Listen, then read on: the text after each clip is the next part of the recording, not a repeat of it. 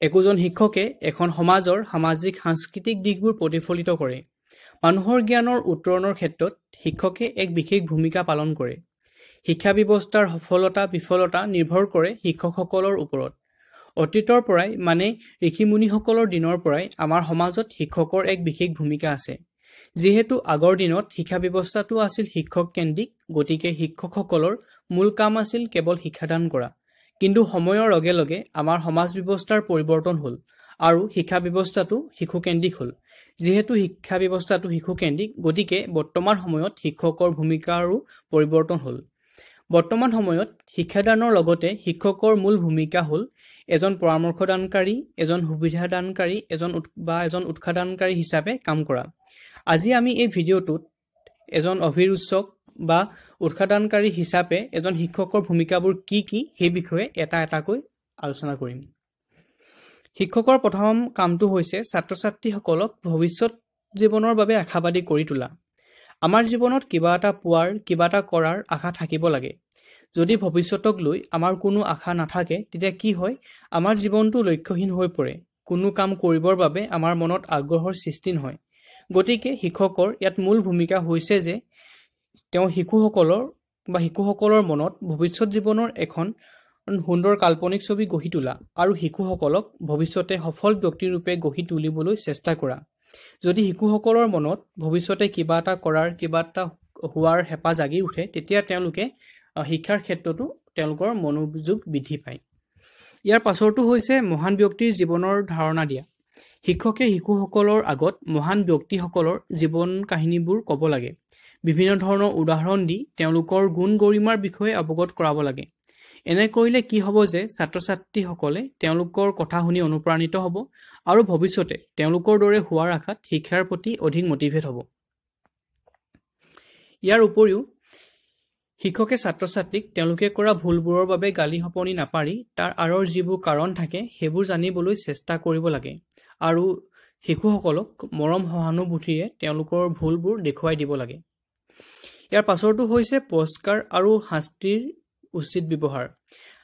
আমি কৰা কামৰ বাবে আমি যদি প্ৰশংসা পাওঁ, তেতিয়া কি হয়, আমাৰ মনত কামটোৰ প্ৰতি উৎসাহ জন্মে, আৰু আমি যদি শাস্তি পাওঁ তেতিয়া আমাৰ মনত কামটোৰ প্ৰতি বিৰক্তিৰ ভাৱ জন্মে। গতিকে শিক্ষকৰ ইয়াত কাম হ'ল যে তেওঁ ভাল কামৰ বাবে শিশুসকলক প্ৰশংসা কৰি পুৰস্কাৰ দি তেওঁলোকক অধিক উৎসাহিত কৰিব লাগে। ইয়াৰ পাছৰটো হৈছে আত্মপ্ৰচেষ্টাৰ বাবে উৎসাহিত কৰা। এই ক্ষেত্ৰত শিক্ষকৰ ভূমিকা হ'ল যে তেওঁলোকে শিশুসকলক তেওঁলোকৰ নিজৰ প্ৰচেষ্টাৰে সকলো কাম কৰিবলৈ উৎসাহিত কৰিব লাগে।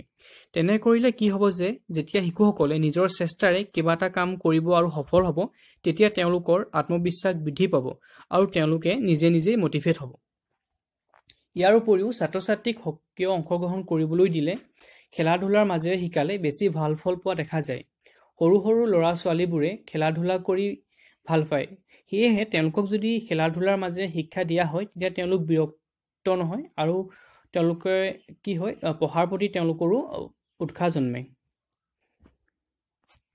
ইয়াৰ উপৰিও মটিভেটৰ হিচাপে শিক্ষকৰ আন এটা ভূমিকা হ'ল নতুনত্ব প্ৰদান কৰা।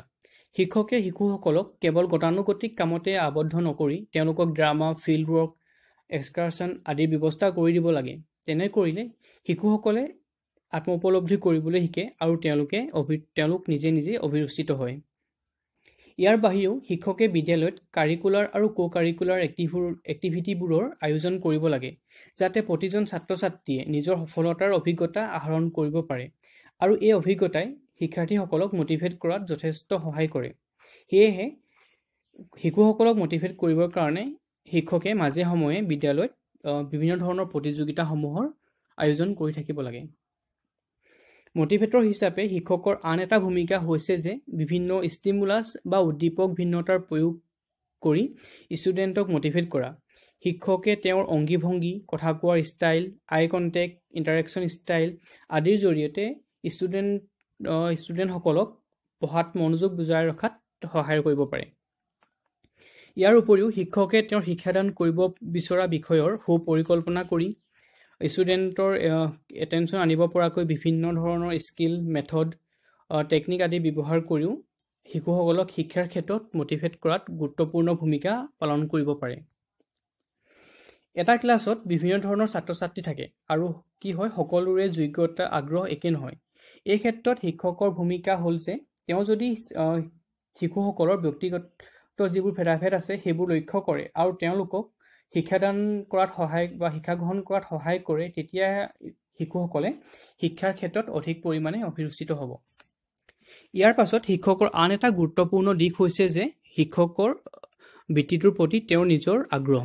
যদি শিক্ষকজনে শিক্ষাদান বৃত্তিটোক পেছা হিচাপে নলৈ নিচা হিচাপে ল'ব পাৰে, তেতিয়া কি হয় তেওঁ ষ্টুডেণ্টক বা শিশুসকলক অধিক পৰিমাণে অভিৰুচিত কৰিব পাৰে। এইখিনিয়ে আছিল এজন শিক্ষকৰ এজন মটিভেটৰ বা অভিৰুচক বা উৎসাহ প্ৰদানকাৰী হিচাপে কৰিবলগীয়া কাম বা তেওঁৰ ভূমিকাবোৰ। আশা কৰোঁ